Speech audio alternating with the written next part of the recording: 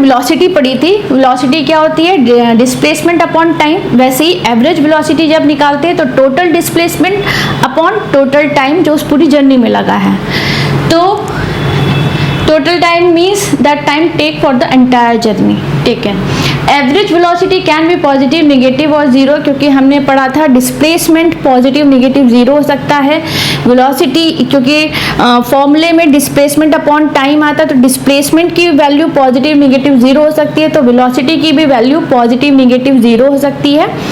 और average velocity जो है जिसके अंदर आता है total displacement upon total time, यानी कि उसमें भी जो एवरेज वेलोसिटी होती है उसकी वैल्यू भी पॉजिटिव, नेगेटिव और जीरो हो सकती है, जो हमने अभी एग्जांपल से देखे भी थे वेलोसिटी के क्वेश्चंस में। अब हमारे पास न्यूमेरिकल ले लेते हैं एवरेज वेलोसिटी का, रफली ड्रॉ करेंगे, फिर गिवन लिखेंगे, फिर सॉल्व करेंगे।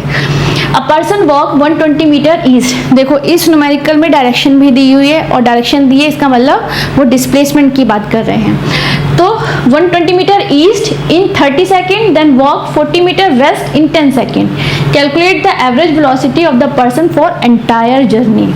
तो हम इसे रफली ड्रॉ कर लेते हैं पहले।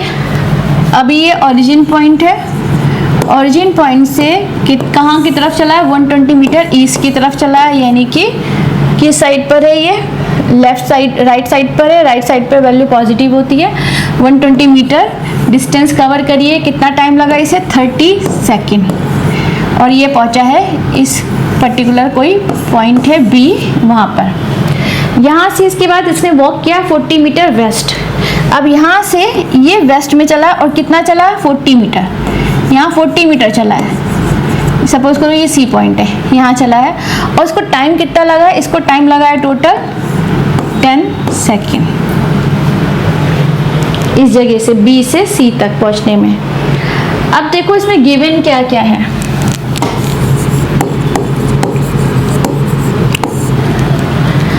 अब आप अगर डिस्प्लेसमेंट निकालते हो, ठीक है, टोटल डिस्प्लेसमेंट,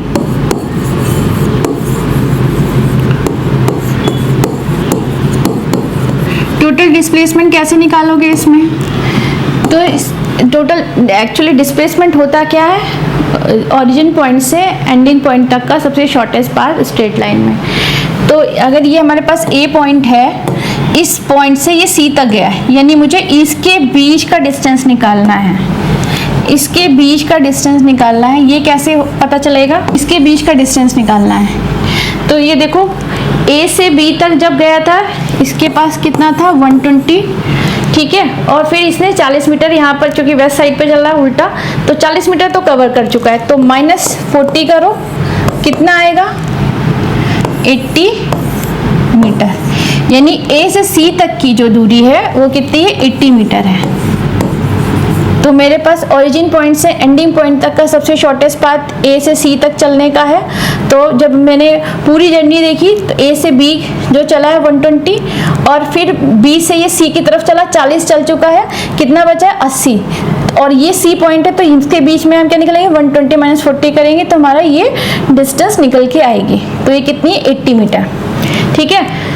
तो ऑरिजिन पॉइंट से अभी भी सारा कुछ जो वैल्यू है वो पॉजिटिव, मतलब राइट साइड में है, तो अभी भी वैल्यू पॉजिटिव में है। तो हमारे पास टोटल डिस्प्लेसमेंट कितना निकल के आया है, 80 मीटर। अब देखते हैं टोटल टाइम कितना है, टोटल टाइम कितना है, पूरी जर्नी में जो टाइम लगा वो हमारा शॉर्टेस्ट पाथ का टाइम इसमें कैलकुलेट नहीं करेंगे। क्यों? क्योंकि हमें पता है कि ये इमेजिनरी है, ये हो भी सकती है शॉर्टेस्ट पाथ रियलिटी में और नहीं भी। हम पूरा उस जगह तक, उस जर्नी तक पहुंचने में जो टाइम लगा वही टाइम लेंगे। तो इसे टाइम कितना लगा है, ए से बी तक 30 सेकेंड और फिर बी से सी तक इसे 10 सेकेंड लगे। तो टोटल टाइम इसे कितना लगा सी तक पहुंचने में, 30 + 10 यानी कि 40 सेकेंड। ठीक है, तो हमारे पास टोटल डिस्प्लेसमेंट निकल आया, टोटल टाइम निकल आया, वेलोसिटी, टोटल वेलोसिटी, हम एवरेज वेलोसिटी निकाल लेंगे। अब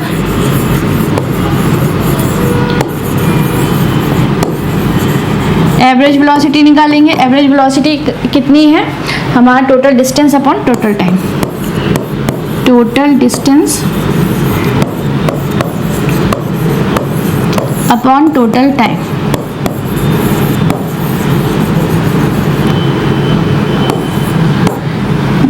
तो टोटल डिस्टेंस कितना आया हुआ है हमारे पास? टोटल डिस्टेंस है हमारे पास 80 और टाइम कितना है 40, यानी कि 2 मीटर पर सेकेंड।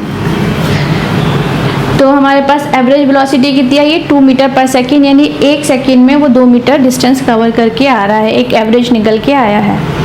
नेक्स्ट